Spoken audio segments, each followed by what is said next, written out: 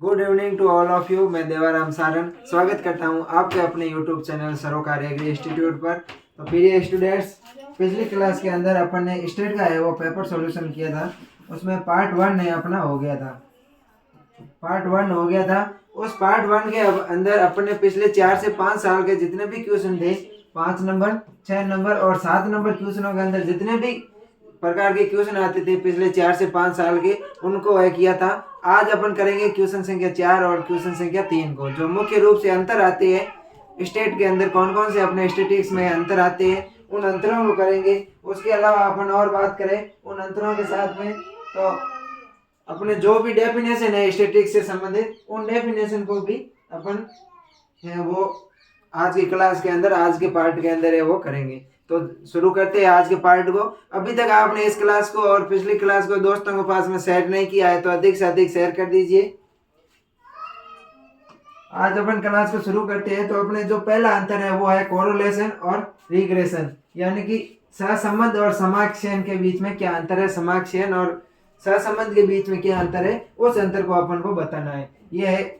तो अगर अपन कोरिलेशन की बात करें तो इसके अध्ययन में कारण व परिणाम का होना आवश्यक है। जब भी अपन कोरिलेशन का अध्ययन करते हैं तो कोरिलेशन के अध्ययन में रीजन यानी कारण और परिणाम, रीजन और रिजल्ट होना बहुत ही जरूरी है।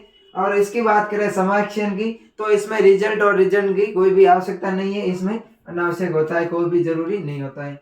दूसरा है कि कोरिलेशन में कभी कभी दो श्रेणियों के अध्ययन के निरर्थक सहसंबंध हो जाता है। क्या होता है कि कभी कभार अपन दो श्रेणियों के बीच का अध्ययन करते हैं तो उनका अध्ययन है वो निरर्थक सहसंबंध हो जाता है। जबकि समाक्षेण में क्या होता है, रिग्रेशन में क्या होता है कि निरर्थक जैसी स्थिति है वो नहीं होती। अपन दो श्रेणियों का अध्ययन करते हैं तो इसमें निरर्थक जैसी कोई भी स्थिति है वो पैदा नहीं होती है। दूसरा अपन बात करें तो सहसंबंध है सापेक्ष माप को इकाई से स्वतंत्र होती है। क्या होती है, जो सहसंबंध होता है, सहसंबंध में सापेक्ष माप की जो इकाई होती है उससे स्वतंत्र होती है, लेकिन निरपेक्ष माप में कोई इकाई पर आधारित नहीं होती है। निरपेक्ष माप है वो किसी भी इकाई पर है वो आधारित नहीं होता है। सहसंबंध कोरिलेशन होता है वो स्वतंत्र होता है। एक्स और वाई यादृच्छिक चर होते हैं। क्या होते हैं, कोरिलेशन के अंदर एक्स और वाई यादृच्छिक चर होते हैं, लेकिन समाक्षेण के अंदर एक्स यादृच्छिक चर है और वाई है वो स्थिर चर होता है। वाई होता है स्थिर चर होता है, एक्स यादृच्छिक चर होता है। लेकिन कोरिलेशन के अंदर एक्स व वाई दोनों है वो यादृच्छिक चर होते हैं। दूसरे अंतर की अपन बात करें तो दूसरा अंतर है अपना कि संपूर्ण गणना, कंप्लीट इन्यूमरेशन और सैंपलिंग के बीच में क्या अंतर है। प्रतिचयन और संपूर्ण गणना क्या होती है, एक तो संपूर्ण गणना होती है, एक प्रतिचयन होता है, उनके बीच में अपन को अंतर बताना है। अगर अपन संपूर्ण गणना की बात करें तो संपूर्ण गणना एक व्यवस्थित विधि है जो जनसंख्या में सदस्यों के बारे में डाटा एकत्रित करती है और उसे रिकॉर्ड करती है, और जिस रिकॉर्ड करती है और उसे जनगणना कहा जाता है। जो संपूर्ण गणना होती है ये एक व्यवस्थित विधि है। कैसी विधि है, संपूर्ण गणना एक व्यवस्थित विधि है। लेकिन जो इसमें क्या करते हैं कि जितने भी जनसंख्या के सदस्य होते हैं उन सभी सदस्यों का डाटा एकत्रित करते हैं अपन, और उनका है वो रिकॉर्ड करते हैं, और उससे क्या कहते हैं, जनगणना कहते हैं। जबकि जो सैंपलिंग होता है वो एक हिस्से से संदर्भित करता है। क्या करता है, सैंपलिंग एक हिस्से से संदर्भित होता है जिसे दूसरे समूह का प्रतिनिधित्व करने के लिए चुना जाता है। जैसे अगर मान लो अपने खेत के अंदर 10 क्विंटल जीरा हुआ, क्या हुआ कि अपने खेत के अंदर 10 क्विंटल जीरा हुआ। उस 10 क्विंटल जीरे में से थोड़ा सा जीरा अपन सैंपल के रूप में दुकान वाले को भेजते हैं, सेठ के साहूकार को भेजते हैं, तो वो होता है सैंपलिंग। और अगर संपूर्ण जीरा अपन भेजकर उस संपूर्ण जीरे की क्वालिटी परीक्षण करते हैं तो वो तो हो गया अपना संपूर्ण गणना हो गई। लेकिन उस 10 क्विंटल जीरे में से किसी 1 किलो जीरो को अपन निकाल कर उसकी सैंपल की है गणना करते हैं, सैंपल का अपन क्वालिटी चेक करते हैं, उस सैंपल के अनुसार पूरे जीरे की है वो अपन एक तय करते हैं, तो वो होता है सैंपलिंग, अपना प्रतिचयन होता है।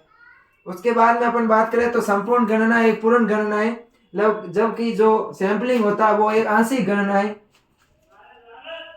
संपूर्ण गणना समय लेने वाली प्रक्रिया है, इसमें है वो समय अधिक लगता है, लेकिन प्रतिचयन के अंदर, सैंपलिंग के अंदर है ये तेजी से होता है, समय है वो कम लगता है। सैंपलिंग में समय क्या होता है, समय कम लगता है। उसके अलावा और अपन बात करें तो जो संपूर्ण गणना है ये महंगी विधि है, जबकि अपनी सैंपलिंग है ये सस्ती विधि है। संपूर्ण गणना होगी तो संपूर्ण गणना करेंगे किसी भी जनसंख्या का तो उसमें टाइम अधिक लगेगा, वो महंगी भी होगी। और अगर अपन सैंपलिंग की बात करते हैं तो सैंपलिंग में समय कम लगेगा और वो विधि है वो सस्ती भी होगी। और अपन अंतर की बात करें इसके बीच में तो इसमें है कि जनसंख्या की प्रत्येक इकाई का अध्ययन करते हैं। अपन क्या करते हैं संपूर्ण गणना के अंदर क्या करते हैं जनसंख्या की प्रत्येक इकाई का अध्ययन करते हैं, जबकि अपन सैंपलिंग के अंदर कुछ इकाइयों का अध्ययन करते हैं। सैंपलिंग के अंदर है अपन वो कुछ इकाइयों का अध्ययन करते हैं, जबकि उसके संपूर्ण गणना में प्रत्येक इकाई का है वो अध्ययन करते हैं। अगला अगर अपन अंतर की बात करें 2022-23 में पूछे जाने वाले अंतरों की बात करें तो इसमें भी एक पूछा गया था क्लासिफिकेशन और टेबुलेशन के बीच में डिफरेंट, कि इसके बारे में बताना है अपन को। क्लासिफिकेशन एंड टेबुलेशन के बीच में अपन को डिफरेंट बताना है। अगर मैं बात करूं क्लासिफिकेशन या वर्गीकरण की बात करूं, किसकी बात करूं स्टूडेंट्स, मैं वर्गीकरण की बात करूं तो वर्गीकरण होता है वो वर्गीकरण की प्रक्रिया है वो टेबुलेशन से पहले होते हैं, सारणीकरण से पहले होते हैं। जो सारणीयन होता है टेबुलेशन होता है उससे पहले है वो अपने क्लासिफिकेशन किया जाता है, जबकि सारणीकरण या टेबुलेशन है ये वर्गीकरण के बाद में होता है। क्लासिफिकेशन में आंकड़ों के गुणों के आधार पर अलग अलग वर्गों में बांटा जा सकता है। क्लासिफिकेशन में अपन क्या करते हैं आंकड़े है अपने जो भी डाटाज होते हैं उन डाटाज को गुणों के आधार पर उनकी क्वालिटी के आधार पर अपन अलग अलग वर्गों में बांटते हैं। जबकि टेबुलेशन में क्या होता है कि टेबुलेशन में वर्गीकृत आंकड़ों के स्तंभों व पंक्तियों में प्रस्तुत किया जाता है। टेबुलेशन में क्या करते हैं जो अपन आंकड़े वर्गीकृत करते हैं उन वर्गीकृत आंकड़ों को अपन स्तंभ या आवर्ती के अंदर, आवर्ती और वर्ग के अंदर, स्तंभ और लाइन के अंदर है वो पंक्तियों के अंदर है अपन प्रस्तुत करते हैं। इस प्रकार सारणीकरण है वर्गीकरण की यांत्रिक प्रक्रिया है। अगर मैं टेबुलेशन की बात करूं स्टूडेंट, सारणीकरण की बात करूं, सारणीयन की बात करूं तो सारणीयन है वो इसकी क्लासिफिकेशन की क्या है वर्गीकरण की क्या यांत्रिक विधि है, वर्गीकरण की यांत्रिक विधि है।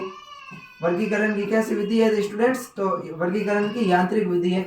यहाँ से न्यू टाइप क्वेश्चन पूछे जा सकते हैं कि वर्गीकरण की यांत्रिक विधि कौन सी है, 4-5 ऑप्शन दे देंगे तो उसमें अपन को टेबुलेशन करने हैं। प्रत्येक लाइन से आपका है वो न्यू टाइप क्वेश्चन बन सकता है, तो एक एक चीज को अपन को ध्यान से देखना है। वर्गीकरण सांख्यिकी विश्लेषण की प्रक्रियाएं, वर्गीकरण क्या है सांख्यिकी विश्लेषण की प्रक्रिया है, जबकि जो टेबुलेशन या सारणीकरण है यह आंकड़ों के प्रस्तुतिकरण की प्रक्रिया है। टेबुलेशन है वो आंकड़ों के डाटाज के प्रस्तुतिकरण की प्रक्रिया है, जबकि वर्गीकरण या क्लासिफिकेशन है यह है सांख्यिकी विश्लेषण स्टैटिस्टिक्स एनालिसिस की प्रक्रिया है। उसके अलावा और अपन इनके बीच में डिफरेंट देखें तो टेबुलेशन में आंकड़ों, क्लासिफिकेशन में आंकड़ों को वर्गों व उपवर्गों में बांटा जाता है। क्लासिफिकेशन में अपन डाटाज को वर्ग और उपवर्ग में बांटते हैं, जबकि टेबुलेशन में आंकड़ों के इकाई एवं उप शीर्षकों के अंतर्गत प्रस्तुत किया जाता है। टेबुलेशन में आंकड़ों को अपन वो इकाई और उपशीर्षक के रूप में प्रस्तुत करते हैं। क्लासिफिकेशन में प्रतिशत, रेटियो यानी अनुपात, प्रतिशत, अनुपात, गुणांक आदि का प्रयोग नहीं किया जाता है, जबकि टेबुलेशन के अंदर अपन प्रतिशत, अनुपात, गुणांक का प्रयोग करते हैं। अगला अपना डिफरेंट है अंतर है वो है सिक्वेंस या विषमता और कैबिनेट केसेस या कुशलता। विषमता और कुशलता के बीच में अपन को अंतर बताना है। अगर मैं विषमता की बात करूं तो ये वितरण में समरूपता की कमी को बतलाता है। क्या करता है जो सिक्वेंस है या विषमता है ये वितरण में समरूपता की कमी को बताता है, जबकि जो कुशलता है ये किसी विवरण की कोटि का माप है। यह वितरण का तीसरा सन है। जो विषमता है ये वितरण का तीसरा सन है, जबकि यह है जो वितरण का चौथा सन है। विषमता तिरछापन की मात्रा और दिशा को इंगित करता है, जबकि जो अपने क्वाइटेस है ये इंगित करता है कि केंद्रीय शिखर नुकीला और कितना ऊंचा है। नकारात्मक तिरछापन में एक लंबी बाई पूंछ होती है। जो विषमता होती है, विषमता के नकारात्मक तिरछापन में एक लंबी बाई पूंछ होती है, जबकि क्विटनेस की अपन बात करें तो इसमें क्विटनेस में नेगेटिव क्विटेंस छोटी पूंछ का संकेत होता है। जो नेगेटिव क्विटेंस है ये छोटी पूंछ का संकेत होता है, जबकि नेगेटिव सीक्वेंस है ये है नकारात्मक तिरछापन में क्या होता है एक लंबी बाई पूंछ की होती है।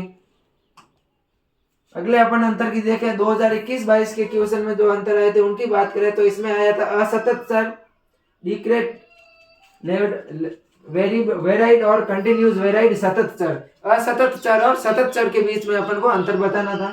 अगर मैं बात करूं असतत चर को, तो असतत चर पूर्णांकों को द्वारा दर्शाया जाता है। असतत चर है वो किसके द्वारा दर्शाया जाता है? पूर्णांकों के द्वारा दर्शाया जाता है।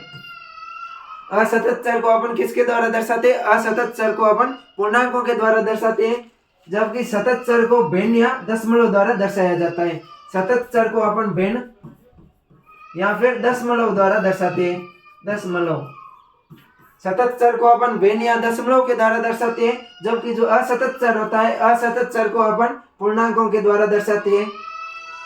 असतत चर एक निश्चित गणितीय मान लेता है। क्या होता है? असतत चर है वो निश्चित और गणितीय मान होता है।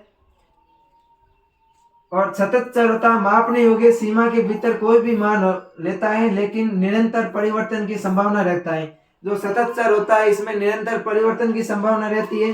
जैसे मैं असतत चर के एग्जाम्पल की बात करूं तो number of papers, number of students in A class, और सतत चर के एग्जाम्पल की बात करूं तो वेट इत्यादि होता है। अगला अपना डिफरेंट है वो है कि टाइप फेस्ट एरर और लेवल ऑफ सिग्निफिकेंस में क्या अंतर है। टाइप फेस्ट एरर और लेवल ऑफ सिग्निफिकेंस के बीच में अपन को अंतर बताना है। प्रथम प्रकार की त्रुटि और सार्थकता स्तर के बीच में क्या बताना है? अंतर बताना है। प्रथम प्रकार की त्रुटि की मैं बात करूं तो जब शून्य परिकल्पना सत्य होती है परंतु उसे गलती से अस्वीकार कर दिया जाता है। क्या? जब शून्य परिकल्पना होती है वो सत्य होती है, लेकिन जब उसे गलती से अस्वीकार कर दिया जाता है तो इसे प्रथम प्रकार की त्रुटि कहते हैं। जब शून्य परिकल्पना सत्य होती है लेकिन गलती से उसे अस्वीकार कर दिया जाता है तो उसे प्रथम प्रकार की त्रुटि कहते हैं। और अगर मैं सार्थकता स्तर या लेवल ऑफ सिग्निफिकेंस की बात करूं तो लेवल ऑफ सिग्निफिकेंस में किसी भी सार्थकता परीक्षण में शून्य परिकल्प सत्य होने पर भी उसे अस्वीकार किए जाने के निर्णय की प्रायिकता को सार्थकता स्तर कहते हैं। सार्थकता स्तर क्या होता है कि किसी भी सार्थकता परीक्षण में शून्य के परिकल्प के सत्य होने पर भी उसे अस्वीकार किए जाने की निर्णय की प्रायिकता को है वो सार्थकता स्तर कहते हैं। प्रायिकता सार्थकता स्तर का मान होता है वो 5% या 1% लिया जाता है। अगला अपन अंतर की बात करें तो अगला अपना अंतर है वो है बिखराव, इसके टेलर डायग्राम, बिखराव आरेख और पाई डायग्राम पाई आरेख के बीच में अपन को पाई आरेख और स्केटर डायग्राम और पाई डायग्राम के बारे में अपन को अंतर बताना है। स्केटर डायग्राम और पाई डायग्राम के बीच में अपन को अंतर बताना है। अगर मैं स्केटर डायग्राम की बात करूं स्टूडेंट, तो स्केटर डायग्राम का यूज है वो दो वेरिएबल रिलेशनशिप का पता लगाने के लिए किया जाता है। स्केटर डायग्राम का यूज अपन कहाँ करते हैं? स्केटर डायग्राम का यूज दो वेरिएबल रिलेशनशिप का पता लगाने के लिए करते हैं, जबकि पाई डायग्राम का यूज है संपूर्ण प्रतिशत के रूप में व्यवस्थित करने और दिखाने में करते हैं। पाई डायग्राम का अपन यूज है वो संपूर्ण प्रतिशत के रूप में व्यवस्थित करने या दिखाने के लिए करते हैं। स्कैटर डायग्राम स्कैटर प्लॉट के रूप में भी जाना जाता है। स्कैटर डायग्राम को अपन स्कैटर प्लॉट के रूप में भी जानते हैं, जबकि पाई डायग्राम को क्राइड चार्ट के रूप में जाना जाता है। जो पाई डायग्राम है इसको अपन क्राइड चार्ट के रूप में जानते हैं, लेकिन जो अपना फर्स्ट पार्ट था उसके अंदर अपन जो आरेख की पढ़े थे, अपन ने विभिन्न प्रकार के ग्राफिकल रिप्रेजेंट पढ़े थे, उनके अंदर इन दोनों को विस्तृत रूप से बताया हुआ है, वहां से आप इसको देख सकते हो।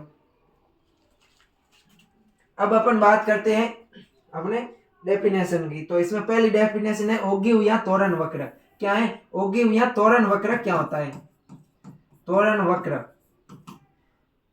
तोरण वक्र की मैं बात करूं तो इसको बनाने के लिए कुछ वर्गों की उच्च सीमा की पुंज व संचयी बारंबारता को कोटि मानकर बिंदु को इंकित करके प्राप्त बिंदु ही फ्री हैंड से खींचा जाता है, रेखे खींची जाती है। तोरण बिंदु की मैं बात करूं तोरण वक्र की, तो जो इस प्रकार का वक्र बना जाता है ग्राफिकल वक्र, जिसमें क्या होता है कि जो उच्च सीमा की पुंज व संचयी बारंबारता होती है उसको कोटि मानकर है वो अपन बिंदु खींचते हैं और उन बिंदु को अपन फ्री हैंड यानी कि बिना किसी स्केल की सहायता से मिला देते हैं, तो वो होता है अपना तोरण वक्र। दूसरा है इंडिपेंडेंट इवेंट या स्वतंत्र घटना। क्या है इंडिपेंडेंट इवेंट या स्वतंत्र घटना? क्या होती है? और स्वतंत्र घटना के बारे में अपन को डेफिनेशन बतानी है, उसके बारे में अपन को बताना है। अगर मैं स्वतंत्र घटना की बात करूं तो वे घटना जिनमें से किसी एक के घटित होने का अन्य घटनाओं के घटित होने की प्रायिकता पर कोई प्रभाव नहीं पड़ता है। वे घटना जिसके एक के घटने पर दूसरी घटना के घटने पर कोई भी प्रभाव नहीं पड़ता है। वे घटना जिनमें से किसी एक के घटित होने पर अन्य घटनाओं के घटित होने की प्रायिकता पर कोई प्रभाव नहीं पड़ता है। जैसे मैं एक साथ दो सिक्के उछालता हूँ तो एक सिक्के का हेड आना दूसरे सिक्के के हेड या टेल आने पर निर्भर नहीं करता है। एक घटना के घटने पर दूसरी घटना के घटित होने की प्रायिकता पर कोई भी प्रभाव नहीं पड़ता है, तो उसको अपन क्या बोलते हैं? स्वतंत्र घटना बोलते हैं। अगली अपन डेफिनेशन की बात करें स्टूडेंट, तो अगली अपनी डेफिनेशन है वो है पाइसियन डिस्ट्रीब्यूशन। क्या है पाइसियन डिस्ट्रीब्यूशन? यह एक थ्योरेटिकल डिस्ट्रिक्ट प्रोडक्ट है। क्या है जो पाइसियन डिस्ट्रीब्यूशन है? ये एक थ्योरेटिकल डिस्ट्रीब्यूशन है। इसको Piscean distribution probability mass function के रूप में भी जाना जाता है और इसका उपयोग है वो स्वतंत्र घटना की संभावना की खोज के लिए किया जाता है। पाइसन डिस्ट्रीब्यूशन का उपयोग कहाँ किया जाता है? तो स्वतंत्र घटना की संभावना की खोज के लिए किया जाता है। x का x समावेशन गुना क्या होता है? क्या x का x समावेशन गुना क्या होता है? y का x समावेशन गुना है। क्या है y का x समावेशन गुना क्या होता है? तो एक रेखा y का x पर प्रतिगमन प्रकट करती है। इसकी रचना x को प्रतिगमन प्रकट करती है। स्वतंत्र चर मूल्य वो y को आश्रित चर मूल्य मानकर है वो की जाती है। अगली डेफिनेशन है वो है संगत पॉपुलेशन क्या होती है? अगली डेफिनेशन क्या है? अगली डेफिनेशन अपन को बतानी है संगत पॉपुलेशन क्या होती है, संगत पॉपुलेशन के बारे में बतानी है। तो सांख्यिकी में इसका आशय किसी अनुसंधान क्षेत्र की सभी इकाइयों के समूह से है। सांख्यिकी में संगत पॉपुलेशन का मतलब है कि कोई भी अनुसंधान करते हैं अनुसंधान क्षेत्र की सभी इकाइयों के समूह से है, जिनमें कुछ सामान्य विशेषताओं को तथा जिनमें से कुछ इकाइयों का अध्ययन हेतु चुनी जाती है। अगला है अपना स्टैंडर्ड डेविएशन। क्या है स्टैंडर्ड डेविएशन? स्टैंडर्ड डेविएशन की मैं बात करूं तो किसी श्रेणी के अलग अलग पदों में उसका समांतर माध्य से विचलन के वर्ग के समांतर माध्य वर्गमूल की, किसी श्रेणी के अलग अलग पदों से उसका समांतर माध्य निकालना, समांतर माध्य से विचलनों के वर्ग का समांतर माध्य, यही क्या होता है? स्टैंडर्ड डेविएशन होता है। इसको ग्रीक में अपन है वो सिग्मा के रूप में प्रदर्शित करते हैं और इसका फॉर्मूला होता है वो होता है x माइनस एम का होल स्क्वायर अपॉन n का वर्गमूल। अगला है सार्थकता स्तर। क्या है सार्थकता स्तर या लेवल ऑफ सिग्निफिकेंस? ये है अपने पिछले जो अपन ने पढ़ा था अंतर पढ़ा था उसमें ये आया हुआ था लेवल ऑफ सिग्निफिकेशन या सार्थकता स्तर। तो क्या होता है कि किसी भी सार्थकता परीक्षण में शून्य परीक्षण के सत्य होने पर भी उसे अस्वीकार किए जाने के निर्णय की प्रायिकता को क्या कहते हैं? लेवल ऑफ सिग्निफिकेंस कहते हैं। कि किसी भी सार्थकता परीक्षण में शून्य परीक्षण के सत्य होने पर भी उसे अस्वीकार करने की प्रायिकता को अपन बोलते हैं लेवल ऑफ सिग्निफिकेंस और इसका मान है 5% या 1% रखते हैं। 5% या 1% है वो लिया जाता है। अगला है मल्टीप्लिकेशन थ्योरम ऑफ प्रोबेबिलिटी यानी कि प्रायिकता गुणन प्रमेय। क्या है प्रायिकता गुणन प्रमेय? प्रायिकता गुणन प्रमेय की मैं बात करूं तो ये दो इवेंट होते हैं, इसमें एक होता है इंडिपेंडेंट इवेंट और दूसरी होती है डिपेंडेंट इवेंट।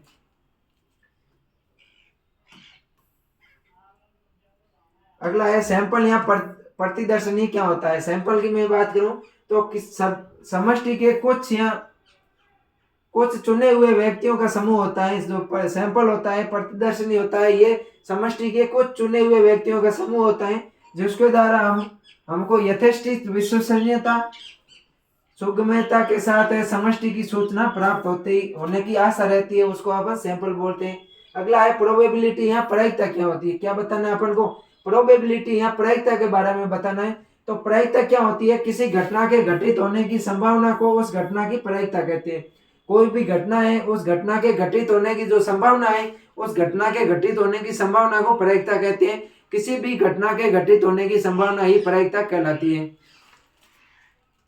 अगला है कोरिलेशन कोएफिशिएंट या सहसंबंध गुणांक। अगला क्या है? कोरिलेशन कोएफिशिएंट या सहसंबंध गुणांक। सहसंबंध गुणांक की मैं बात करूं तो दो या दो से अधिक वेरिएबल्स के बीच रेखीय संबंध को डिग्री या तीव्रता की माप होती है। क्या होती है कि दो या दो से अधिक वेरिएबल्स के बीच रेखीय संबंध की डिग्री को या तीव्रता की माप को अपन क्या बोलते हैं, कोरिलेशन ऑफ कोएफिशिएंट्स बोलते हैं। इससे है वो आर द्वारा प्रदर्शित किया जाता है। इसको किसके द्वारा प्रदर्शित किया जाता है, तो इसको है वो आर के द्वारा प्रदर्शित किया जाता है।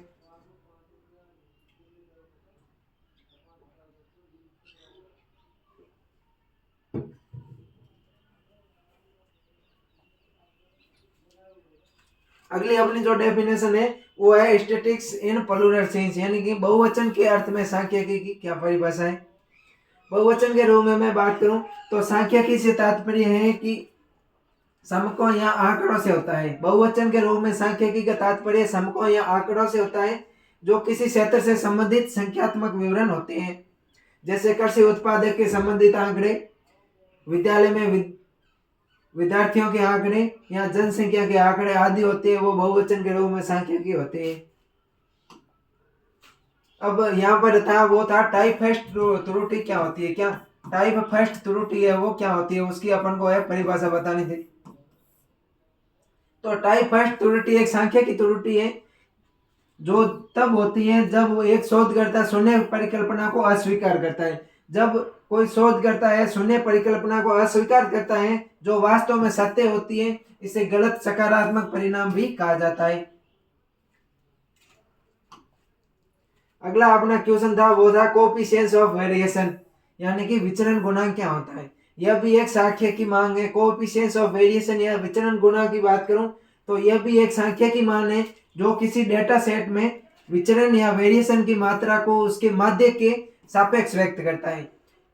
कोएफिशिएंट्स ऑफ वेरिएशन की मैं बात करता हूँ स्टूडेंट, तो एक ये सांख्यिकी माप होता है, सांख्यिकी माप होता है जो किसी डेटा सेट में विचरण की मात्रा को उसके माध्य के सापेक्ष व्यक्त करता है। इसका उपयोग विभिन्न डेटा सेटों के बीच विचरण की डिग्री तुलना करने के लिए किया जाता है, भले ही उनके मापन की इकाइयां अलग अलग हो। अगले क्वेश्चन की मैं बात करूं तो अगला है अपना टेस्ट ऑफ सिग्निफिकेंस या सार्थकता का परीक्षण। ये भी है, दो बार आ गया है कि सैंपल के आधार पर किसी सांख्यिकी परिकल्पना की सत्यता अथवा असत्यता की जांच की सांख्यिकी विधियों को अपन सार्थकता परीक्षण कहते हैं। ये अपन है वो कल क्वेश्चन, कल जो पिछली क्लास थी उसके अंदर है विस्तृत के रूप में है वो पूछा गया क्वेश्चन था कि इसमें क्या होता है, सैंपल के आधार पर सांख्यिकी की परिकल्पना की सत्यता अथवा असत्यता की जांच की सांख्यिकी विधियों को अपन क्या बोलते हैं, सार्थकता परीक्षण कहते हैं। ये विधियां जिनके द्वारा शून्य परिकल्पना का स्वीकार अथवा अस्वीकार करना तय किया जाता है उन्हें सार्थकता परीक्षण कहते हैं। सार्थकता परीक्षण में कौन सी विधि आती है, वे विधियां जिनके द्वारा शून्य परिकल्पना को स्वीकार किया जाना अथवा अस्वीकार किया जाना तय किया जाता है, वो क्या कहते हैं। अगला अपना जो क्वेश्चन है वो है सहसंबंध गुणांक कोरिलेशन कोएफिशिएंट्स। ये भी अपना रिपीट हो गया था।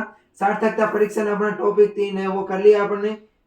उसके बाद में सैम्पलिंग और कॉम्पिटेल जो कंप्लीट इन्यूमेशन है ये 2022-23 में रिपीट हो चुका था। सरल परिकल्पना और समग्र परिकल्पना भी अपन कर चुके हैं। एडिशन के जोड़ अथवा गुणा के नियम ये अपन है वो कर लेंगे। उसके अलावा ये सारे क्वेश्चन है वो रिपीट हो रखे हैं।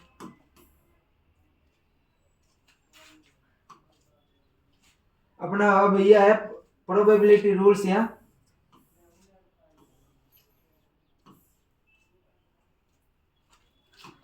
जो अपना पांचवा था, पांचवे का पहला था एडिशन मल्टीप्लिकेशन लॉज प्रोबेबिलिटी, जो प्रोबेबिलिटी के नियम है उनकी अपन है वो बात करते हैं।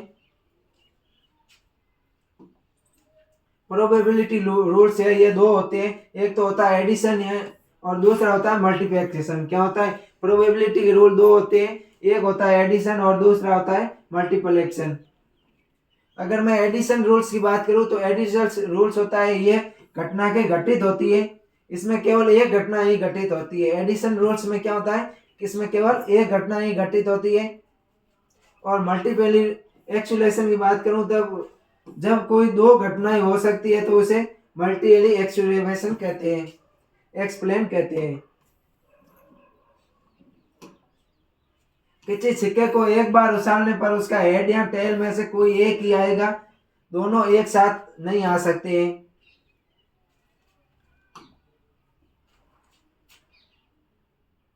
अगर मैं नॉन मल्टीपल एक्सप्रेशन की बात करूं तो नॉन मल्टीपल एक्सप्रेशन क्या होता है कि जब कोई दो घटना एक साथ घटित हो सकती है तो इसे नॉन मल्टीपल एक्सप्रेशन कहते हैं। अगला है अपना मल्टीप्लिकेशन रूल। एडिशन रूल हो गया, अब अपना है मल्टीप्लिकेशन रूल। मल्टीप्लिकेशन रूल में दो घटनाएं घटित हो सकती है। क्या मल्टीप्लिकेशन रूल्स में है वो दो घटनाएं घटित हो सकती है, जबकि एडिशन रूल्स में केवल एक घटना ही घटित होती है। इंडिपेंडेंट इवेंट, जब एक इवेंट के घटित होने पर दूसरे इवेंट पर कोई प्रभाव नहीं पड़ता है तो उसे इंडिपेंडेंट इवेंट या स्वतंत्र घटनाएं बोलते हैं। क्या बोलते हैं? स्वतंत्र घटनाएं बोलते हैं। जैसे किसी डाइस को या किसी घन को अपन पासे को एक बार उछालते हैं तो इस पर आए परिणाम पर दूसरी बार उस डाइस को उछालने पर कोई भी प्रभाव नहीं पड़ता है। दूसरा है अपनी डिपेंडेंट इवेंट। जब एक इवेंट के घटित होने का प्रभाव दूसरे इवेंट पर पड़े तो उसे डिपेंडेंट इवेंट या उसको अपन है डिपेंडेंट इवेंट बोलते हैं। एग्जाम्पल की मैं बात करूं तो यदि किसी एक बैग में 5 काली और 5 नीली गेंद हो तो एक बार काली गेंद निकालने का प्रभाव दूसरी बार एक नीली गेंद निकालने पर पड़ता है। बाकी और क्वेश्चन देखे तो अपन ने इसमें एक आई स्क्वायर है, ये हो गया है। प्रतिगमन गुणांक भी अपने हो गया था क्वेश्चन। केंद्रीय प्रवृत्ति के विभिन्न मापों को विस्तार से समझाइए, ये भी क्वेश्चन हो गया। परिक्षेपण के विभिन्न विस्तारों को समझाइए, ये सभी क्वेश्चन है वो अपने हो गए। तो अपन ने पार्ट फर्स्ट और पार्ट सेकंड के अंदर स्टेट के लगभग है पिछले 4 से 5 साल के अंदर जितने भी क्वेश्चन आए थे उन सभी क्वेश्चनों को अपन ने कर दिया है। अब बचती है अपने न्यू टाइप। तो न्यू टाइप भी है वो एग्जाम से पहले बहुत ही जल्द है आपके सभी सब्जेक्टों की, ऑल सब्जेक्ट की न्यू टाइप है वो आपके यूट्यूब चैनल पर अपलोड कर दी जाएगी।